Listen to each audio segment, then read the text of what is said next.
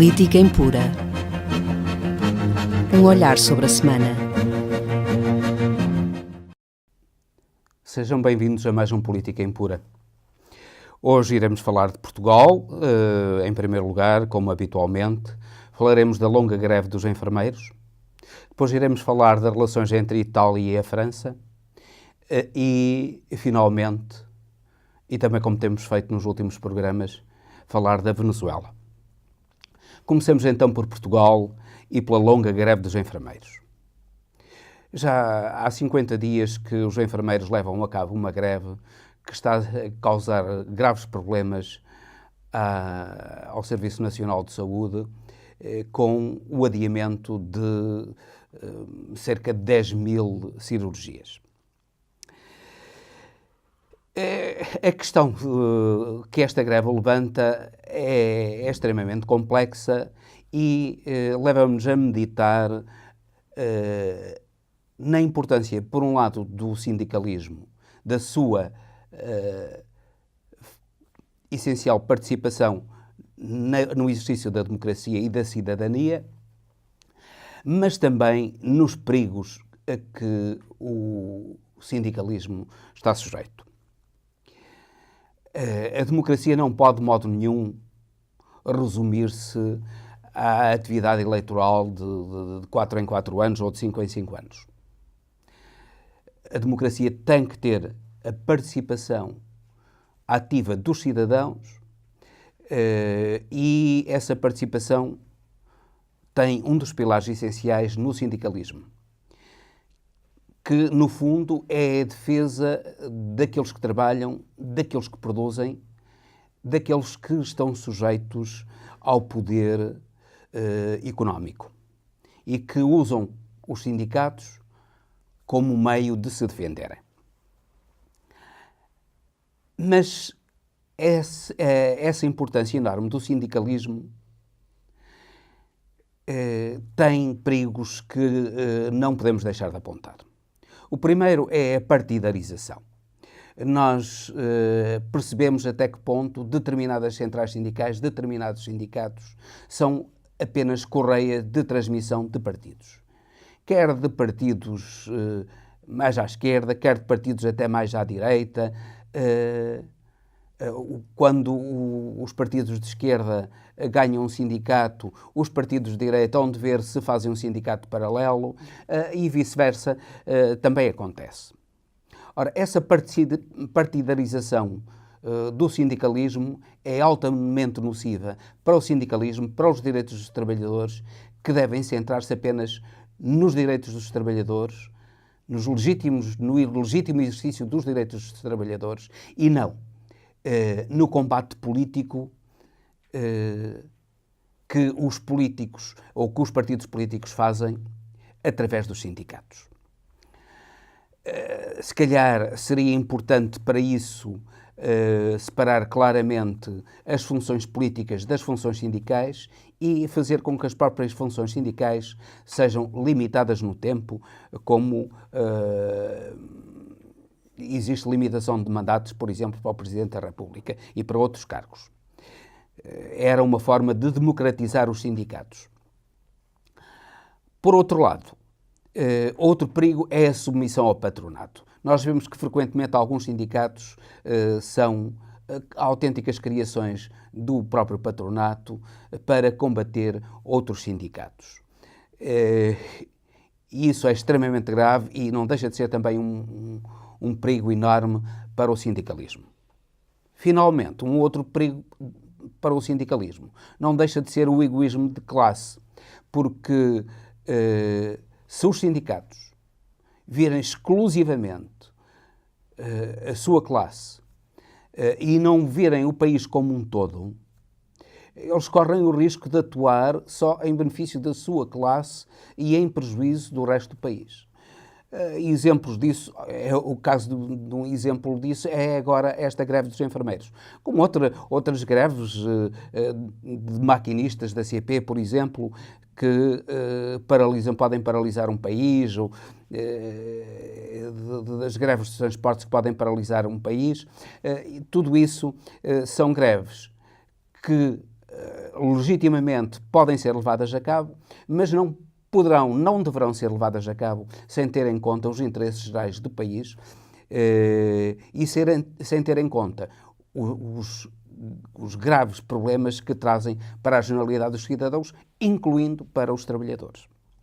Portanto, posto isto, vamos agora à greve dos enfermeiros que está a decorrer em Portugal. Foi recentemente decretada a requisição civil por parte do Governo e essa requisição civil derivou de os enfermeiros não cumprirem sequer os serviços mínimos a que estavam obrigados. Mas essa requisição civil decorreu certamente também da legítima suspeita de que a recolha de fundos, o chamado crowdfunding, que o Sindicato dos Enfermeiros está a levar a cabo, seja financiado por interesses obscuros. Há aí sindicatos que se querem levar a cabo uma greve e se organiza uma plataforma de obtenção de financiamento por parte da população, eles se chegarem a 3, 4, 5 mil euros, vá lá, 10 mil euros, é muito. Agora, em 2 fases, o Sindicato dos Enfermeiros conseguiu 300 mil e 400 mil euros. É legítimo perguntar-se de onde é que vem tanta solidariedade? De onde é que vem tanto dinheiro para tanta greve? É certo que alguma razão assiste aos enfermeiros. Eles tiveram as carreiras congeladas durante muitos anos, tiveram os aumentos, agora os aumentos normais, tiveram as carreiras e os salários conjugados durante o período da Troika. Mas as carreiras, mais concretamente, devido a problemas de qualificação dentro da classe dos enfermeiros, nomeadamente pela extinção da categoria dos enfermeiros especialistas, fez com que muitos deles, desde 2002, não tivessem progressão na carreira e tivessem, inclusivamente, visto diminuída a sua remuneração. Nessa medida, esta greve justifica-se e justificar-se-ia sempre se tivesse em conta os interesses gerais da população e se não levantasse suspeitas sobre o seu financiamento. Porque há suspeitas muito claras de quer as redes privadas de hospitais, quer as empresas de medicamentos estarem a fomentar esta greve. Não há provas disso, mas há suspeitas fundadas por haver tanto dinheiro a correr para os sindicatos. Ora, esta greve demasiado prolongada, em prejuízo da saúde da população, pondo em risco de vida a própria população, constitui um verdadeiro abuso de direito que deve ser sancionado. E, sobretudo, sabendo nós que a bastonária da Ordem dos Enfermeiros, uma alta dirigente do PSD, que durante este período todo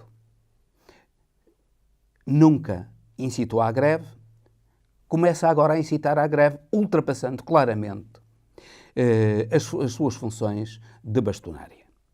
É extremamente grave isto que está a suceder e parece que a greve dos enfermeiros, que tem alguma razão de ser, está a ser usada como instrumento de oposição ao governo e não como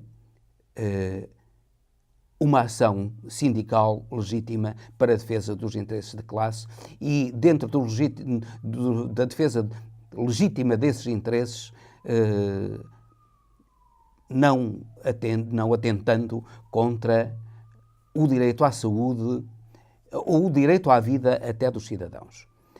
Claramente está a abusar do direito à greve o Sindicato dos Enfermeiros e, inclusivamente, torna-se muito grave que a bastonária da Ordem dos Enfermeiros esteja a incitar à greve É importante que o povo português sancione, através da opinião pública, através dos meios devidos, essa atuação indevida para que as greves deixem de ser, como se diz, um instrumento partidário, um instrumento de pressão política, para serem um instrumento de defesa dos trabalhadores. E isto que se verifica em Portugal é válido para todo o mundo. Frequentemente, em todo o mundo, o problema que agora se coloca em Portugal, coloca-se também. E não deixo de falar desta questão, precisamente porque é um exemplo geral para a generalidade dos países e para o sindicalismo em todo o mundo. Vamos agora falar do conflito que neste momento está a opor a Itália contra a França. Passou-se algo de extremamente inédito nas relações entre a Itália e a França. Matteo Salvini, um dos líderes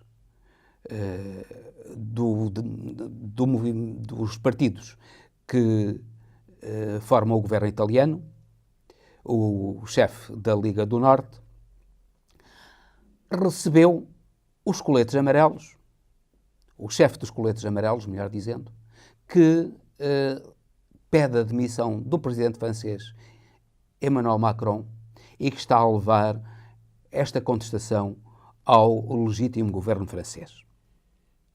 É algo de absolutamente inédito e extraordinário de ingerência por parte do governo italiano nos assuntos internos de França.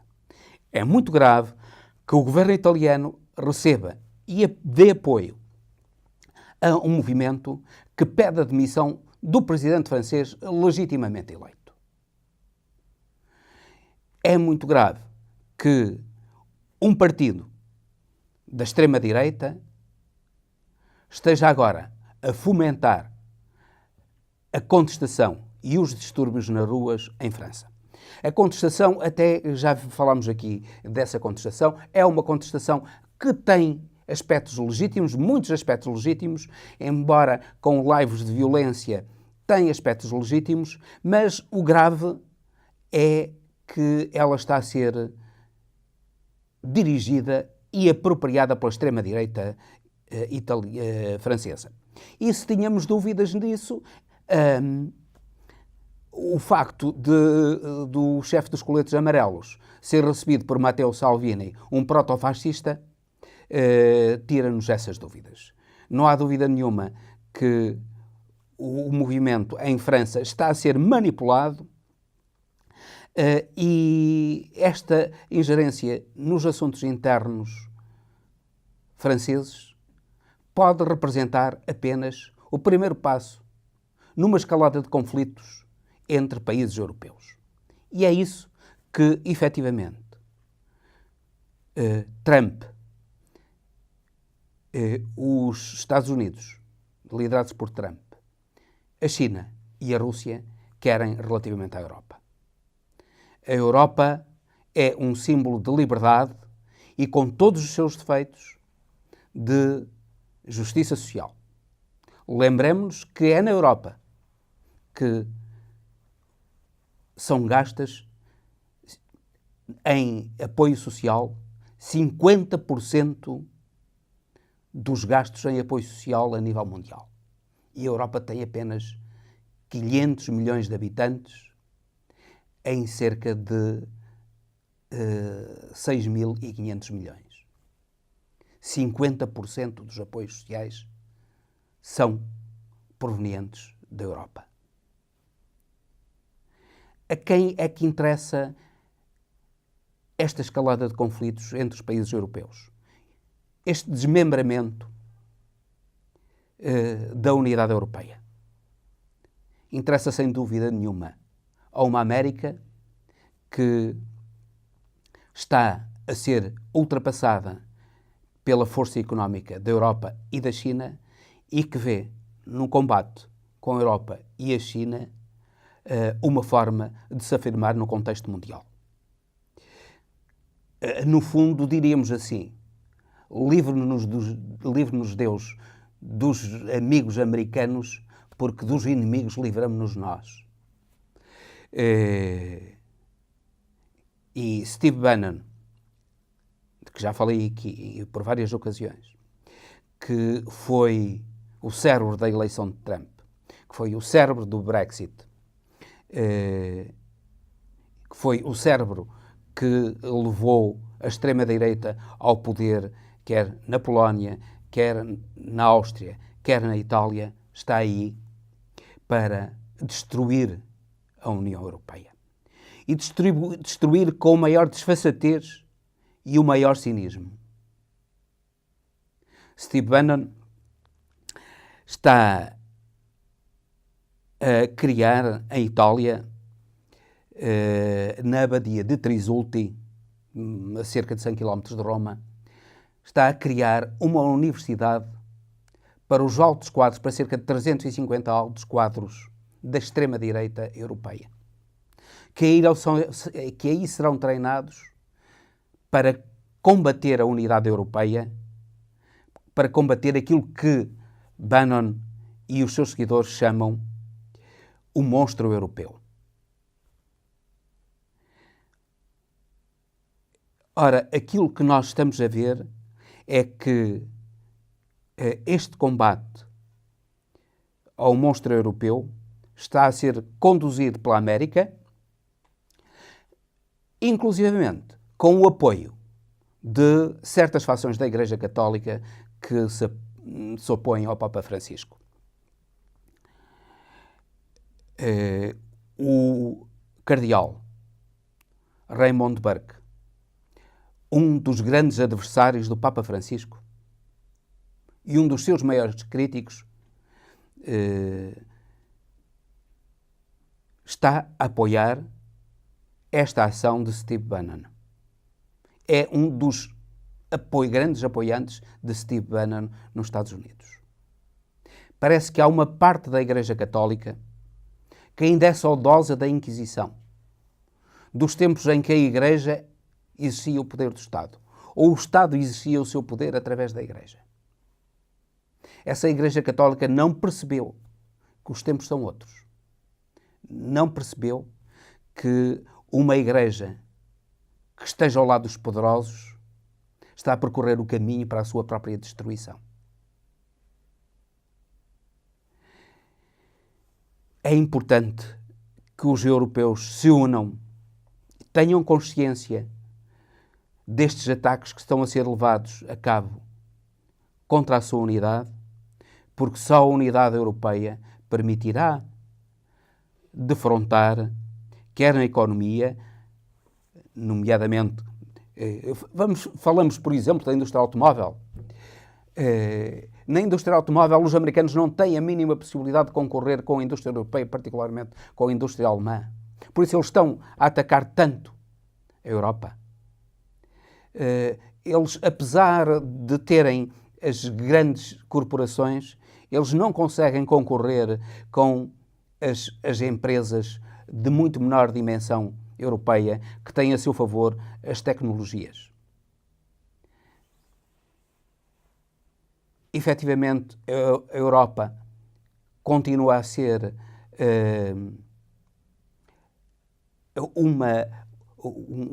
continua a estar na linha da frente da ciência e da tecnologia, e é precisamente isso que tem permitido manter o seu poder económico a nível mundial. Infelizmente, a Europa, para além de uma política externa que deveria ter, a Europa tem políticas externas desgarradas conforme os interesses de cada um dos seus Estados e não uma política externa unificada e completamente independente da América, mas ainda está dependente de uma unidade interatlântica à qual a América de Trump não presta qualquer atenção, e vê até como um mal. Isso sucedeu até no que toca ao problema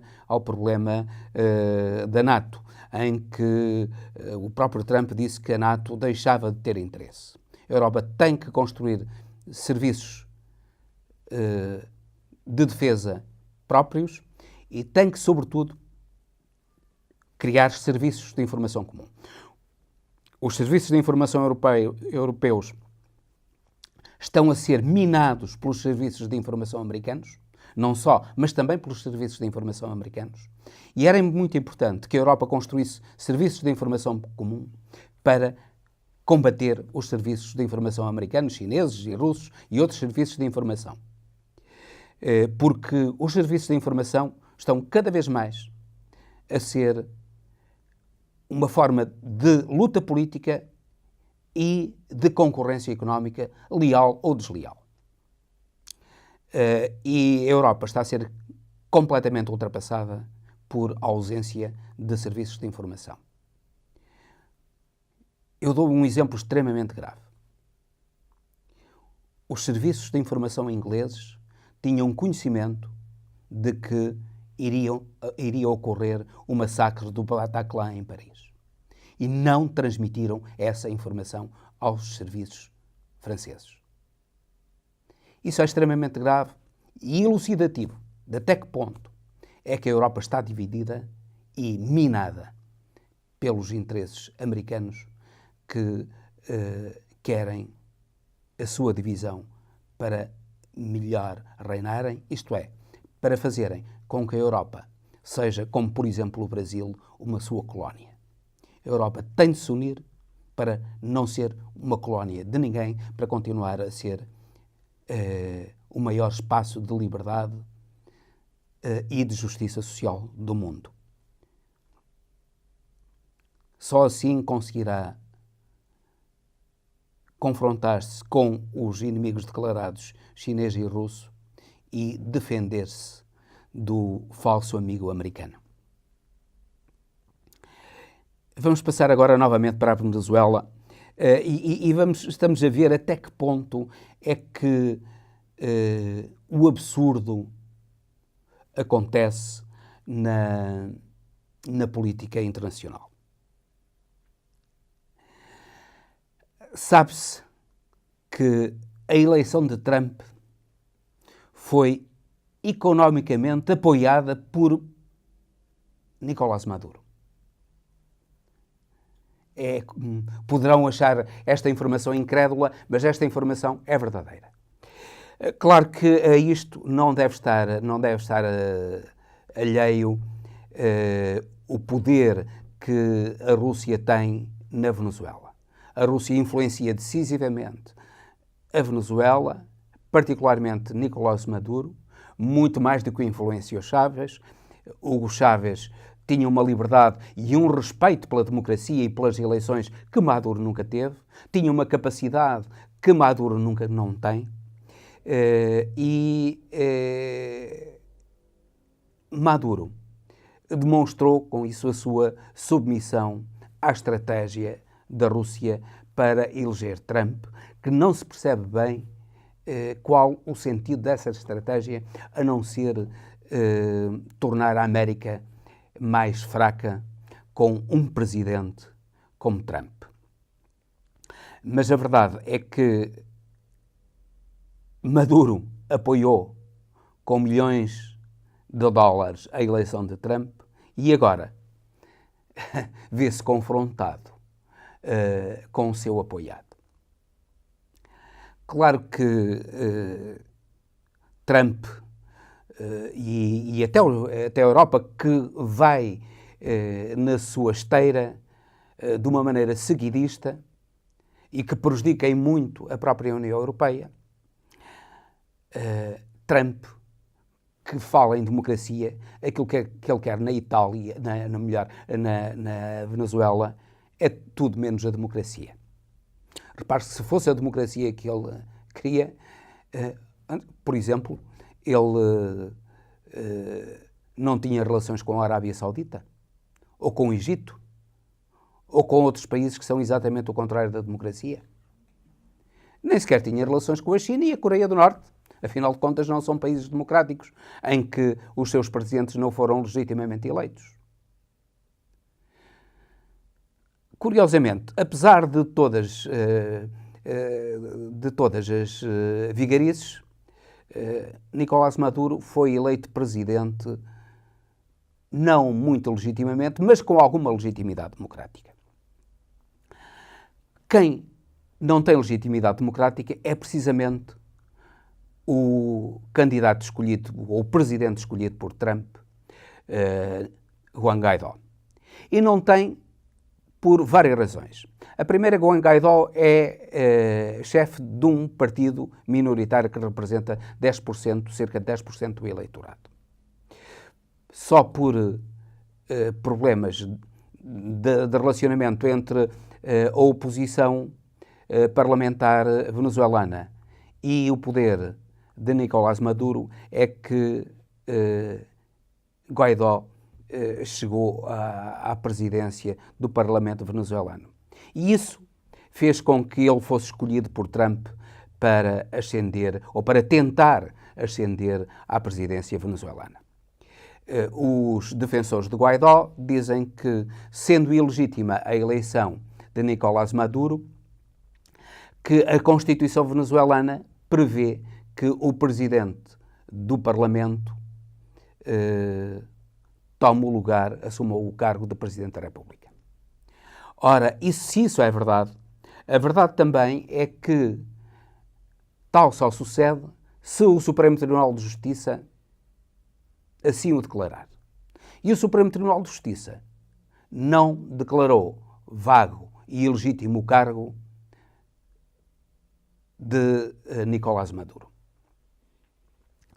Não tendo declarado vago o cargo, nem ilegítima a presidência de Nicolás Maduro, não é legítimo, face à Constituição, a assunção do poder por Guaidó. Guaidó é um indivíduo de extrema-direita, é um indivíduo que a única coisa que pretende é servir os seus senhores. A única coisa que pretende é entregar o petróleo venezuelano aos americanos que o apoiam. No fundo, aquilo que está aqui em causa é uma luta entre a gula americana e a gula chinesa e russa pelo petróleo venezuelano.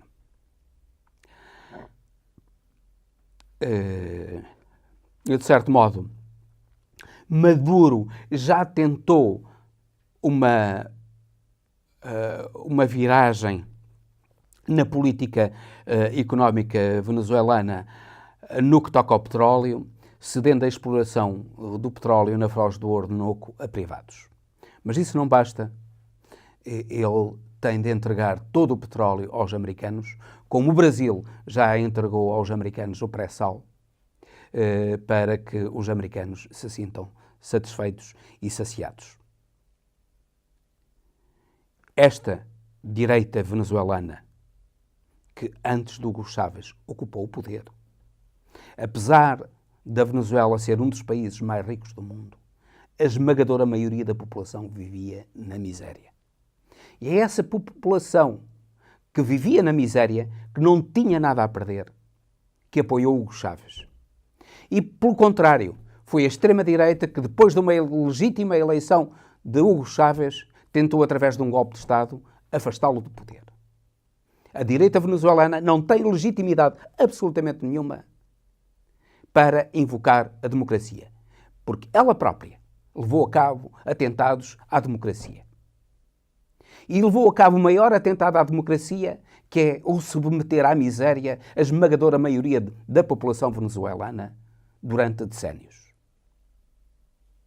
E é essa população esmagada que constitui agora as tropas de choque de Nicolás Maduro. Nicolás Maduro distribuiu armas por essa população que não tem nada a perder, porque já antes os seus pais, os seus avós viveram sem esperança na maior das misérias. E pelo menos Hugo Chávez deu-lhes alguma esperança. Nicolás Maduro está incapaz, é demasiado incompetente, demasiado submisso aos interesses estrangeiros, nomeadamente da China e da Rússia, para defender uma política patriótica para a Venezuela. Mas também não é Guaidó que vai defender essa política patriótica. Guaidó representa a extrema-direita corrupta, submissa aos interesses estrangeiros e traidora à pátria venezuelana. Assim como é Maduro, também um traidor à pátria venezuelana. Parece que a Venezuela é um país redondo, isto é, não tem ponta por onde se lhe pegue. Parece que para a Venezuela não há esperança, porque entre os dois poderes não há uma alternativa. Não parece surgir uma alternativa para a Venezuela. Parece que entre a estupidez ditatorial de Nicolás Maduro e a entrega aos Estados Unidos das riquezas venezuelanas,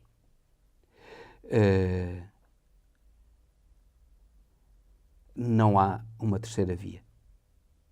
E que o triunfo de uma dessas fações não se fará sem um banho de sangue. Repito, aqueles miseráveis cujos pais, cujos avós nada tiveram durante decénios, são agora a tropa de choque disposta a morrer por Nicolás Maduro, que, apesar de tudo, lhes terá dado alguma coisa. Muito pouco, mas ter-lhe já dado alguma coisa. E, sobretudo, ter-lhe já dado alguma esperança de mudança. Infelizmente, a Europa está a seguir apenas a política americana. A Europa podia e tinha o dever de encontrar uma alternativa entre estas duas fações. Servir de ponto de apoio a alguém na Venezuela, não se sabe quem, mas a Europa deveria saber quem.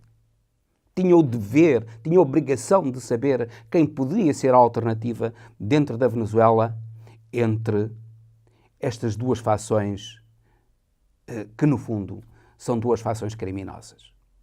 Infelizmente, está a abdicar e, concretamente, Portugal meteu-se no ridículo de enviar uma força de choque para a Venezuela, sabendo que, depois de declarar o apoio a Guaidó, obviamente que Maduro não deixaria entrar ninguém para pretensamente defender a Embaixada Portuguesa e os interesses portugueses em Caracas.